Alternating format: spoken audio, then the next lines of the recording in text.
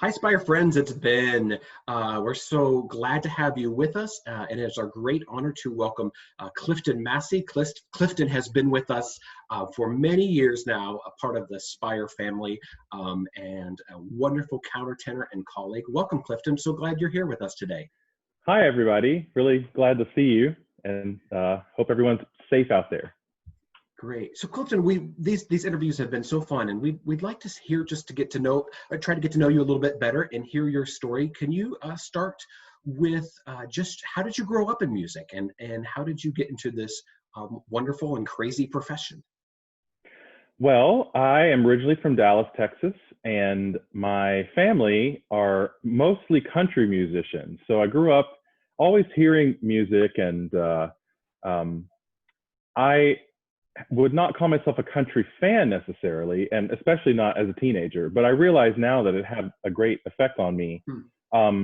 No one was a trained musician. They were all self-taught. And I found out later that I come by it honestly. I have a little book here. Louise Massey and the Westerners were a country swing band back in the 30s, and they actually sold millions and millions of albums. And she is my great aunt. Wow. So I guess it's just in the Massey blood. That's wonderful. And so in your education, in your journey in music, can you tell us who were some of your greatest mentors and teachers that really helped you become who you are today? Sure.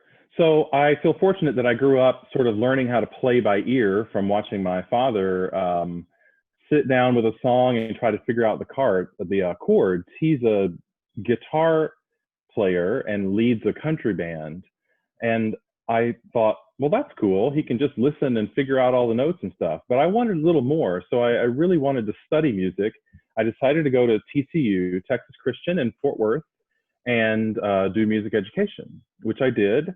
And the choir director there is Ron Shirey, who for many years was in Oklahoma, was a friend and devotee of the Robert Shaw School of Singing, and did many projects with Robert Shaw. So there's sort of that direct lineage of that particular kind of choral sound. And as in my studying, I realized that I was really drawn to early music.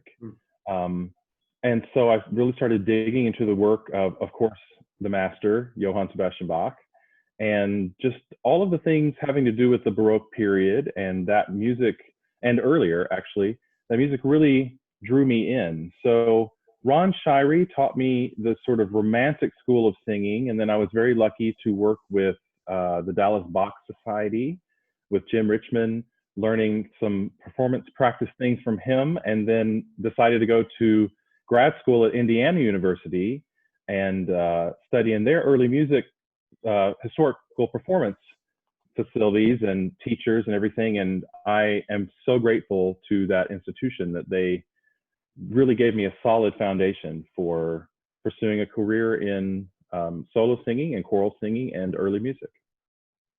That's wonderful. And I think what's so neat is, if I remember correctly, were you and Patricia Thompson close in school, or there's an IU connection there at and maybe there's another Spire artist that I can't remember who it is, but that has that IU connection as well. Yes, we both were at IU at the same time. Patricia was there. I believe we were both master's students at the time. I was in the early music department, but she was doing we call modern voice department. And I'm trying to think, there are so many Indiana associations. At that time, that was the early 2000s. Many of the established early music programs that have come to great importance were not actually extant at that time. So IU was one of the only early music performance places that was around. But yes, she was there, and I'm sure there are others that I'm forgetting. There were many instrumentalists there that have played for Spire that I am good friends with. Yeah, that's a neat connection. And I think our audience will be interested to know almost everybody has our Frank Martin Mass for double choir CD, and Clifton and Patricia and one of our other lovely colleagues, Luthien, were the first opening notes of that. And there's I would argue, some of the best sound of an alto section possibly in that mass ever recorded. Really, it sounded like one gorgeous, beautiful voice. So I know several of you have listened to that, so Clifton is definitely an integral part of that sound. So you're a countertenor. Tell our audience about, first of all, what a countertenor is, and then how did you become one, and how has that developed over your career? Sure. There's a lot of terminology that's thrown around: falsetto, head voice, a falsettist, a sopranist, a countertenor, an alto, male alto. They really kind of all mean the same thing. It's a male voice part singing above what we know as the tenor part. And historically, it came about because, as most people know, women were not allowed to sing with men in religious settings for many, many centuries. They could sing by themselves and with each other, and the men could sing with each other. And when it was male voices, of course, we have unchanged boy voices that could sing the very high parts, and then male voices singing the traditional tenor and bass. And so that sort of left this alto area that needed some support, and men would sing in their falsetto or head voice to fill in that line. It would be oftentimes older boys, maybe whose voices were changing or had just changed, and some were, as myself, grown men who sing mostly in their head voice or falsetto.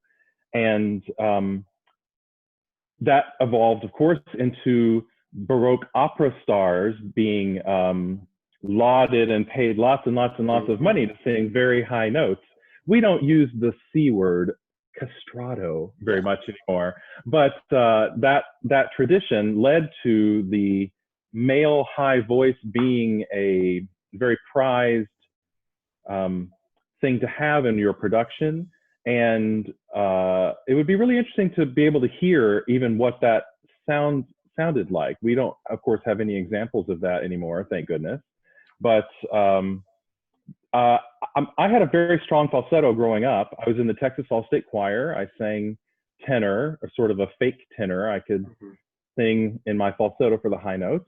And then in college, for undergrad, I trained as a baritone, but was sneaking over to Dallas and singing countertenor with the Dallas Bach Society, and didn't tell my voice teacher.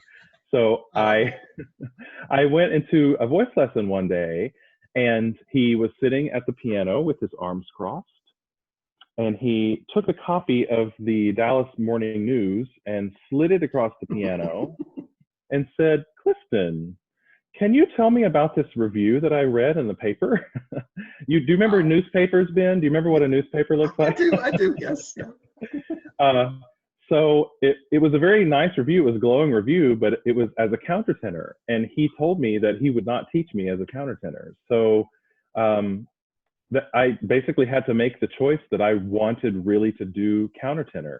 And for choral work, I think obviously I'm biased. I think it's a pretty indispensable voice type for certain kinds of music because of the way the lines were written and historically who would have performed it. But mostly I like singing with lots of people. I love singing with women. I love singing with men. I love trying to match my sound to those around me. And it's just the part that works for me, I guess. That's wonderful. Thanks so much for sharing. I did not know that original story about your voice teacher. So that's really fascinating. So did you have some hurdles to overcome as you really developed a countertenor career? We were talking before the call started that maybe not, probably it's unlikely that not two countertenors have the same journey. So can you tell us a little bit about just in graduate school and then developing your career, some things that you've learned or had to grow in as a countertenor that just is part of the natural journey? Absolutely. When I started this countertenoring, it was in the early 90s. So at that time, there were only a few superstar countertenors. The African-American Derek Lee Reagan was a very well-known one. David Daniels was very young, but he was starting to be known. But in general, that market, if you will, for the countertenor voice was not saturated the way that it is now. There are lots and lots of very, very fine countertenors working out there. But at the time, I was trying to think of a way forward to have a music career. My regular chest voice is really just kind of a mediocre baritone. And I thought the world didn't need another mediocre baritone. So I thought, what could I work on that would sort of set me apart, that might give me more opportunities? I was also very much a fan of male voice groups. The group Take Six, which I know a lot of people know, that was super influential when I was in high school in the early 90s. I loved the sound of their very tight harmonies, and of course their sopranos, all male, go just off the top of the charts. Really fantastic singers. And then my freshman year in college, I was introduced to a man named Foster Summerlad. Foster had sung in the group Chanticleer, which many people listening have heard of. And so at 19 years old, he gave me a shot singing in a men's octet that he formed as part of his Master's of Music degree at SMU in Dallas.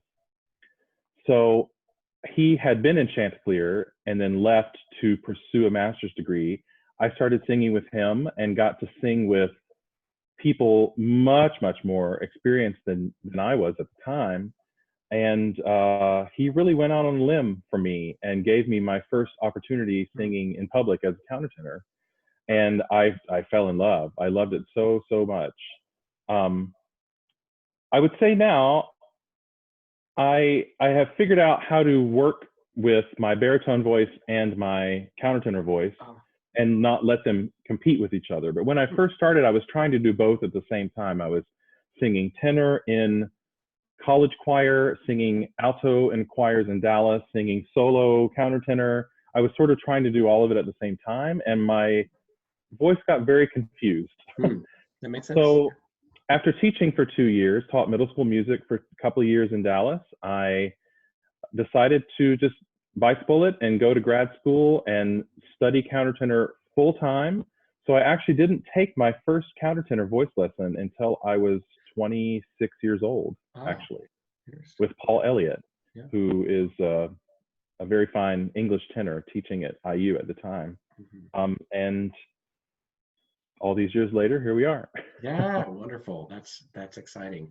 So let's talk a little bit about, we were trying to reminisce, and we believe Clifton's first performance with Spire was back in 2011, a program called Pipes and Voices. And so he's been, I know our audience will recognize him from many performances. So can you tell us, Clifton, maybe some of your favorite memories of Spire projects over those number of years, or maybe some of your favorite memories of being in Kansas City? Oh my gosh, there's so many. I really like Kansas City. I've had wonderful homestay experiences with so many people over the years, so many great restaurant experiences. It's funny that you ask about memories, because I feel like almost an unusually large number of memories came from that very first experience. I believe you had just hired Margot as as the music administrator, Margot Kidman. And at the time you were also doing double duty of trying to feed all of the artists, as well as conduct.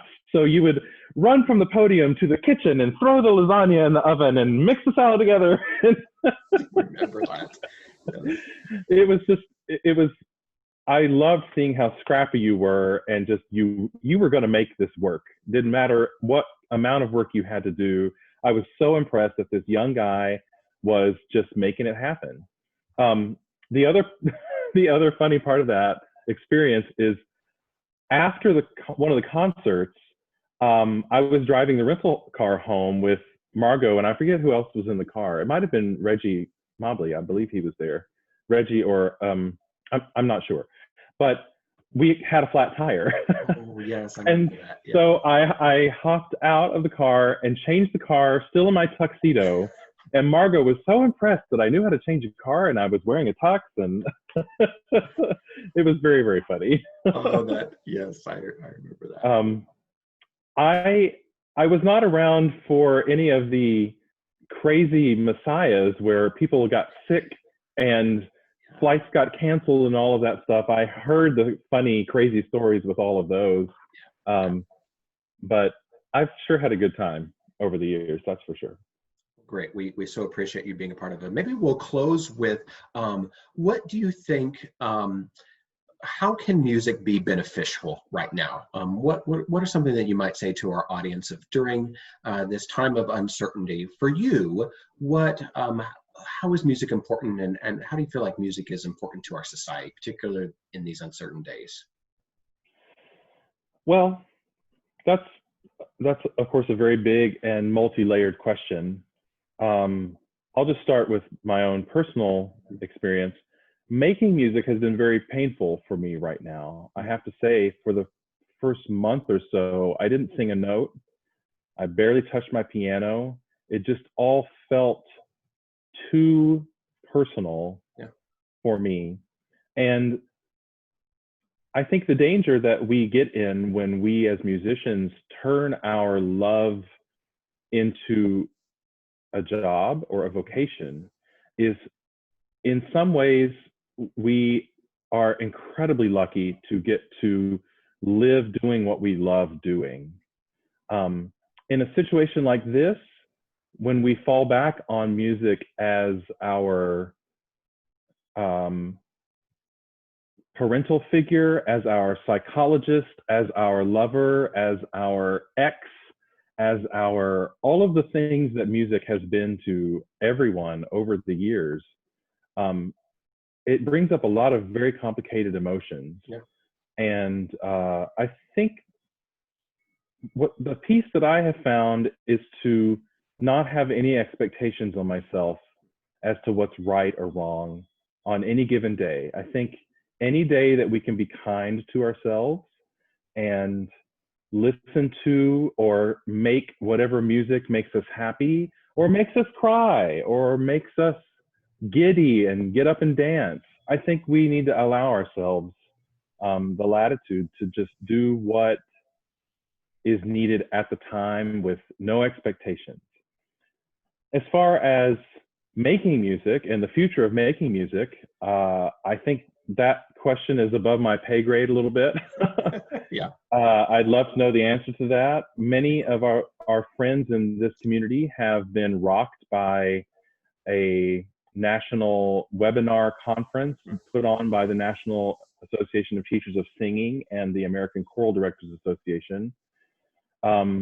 I do wish those organizations would do a follow-up with a little more hope and a little more choices, because it was a bit doom and gloom for my taste. I would like to be optimistic in this situation and think that we can come together and try to nip this in the bud much, much faster than some of the models are predicting.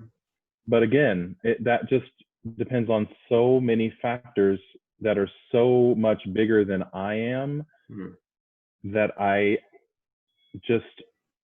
all I can do is take it day by day. And I hope that everyone else is able to do that.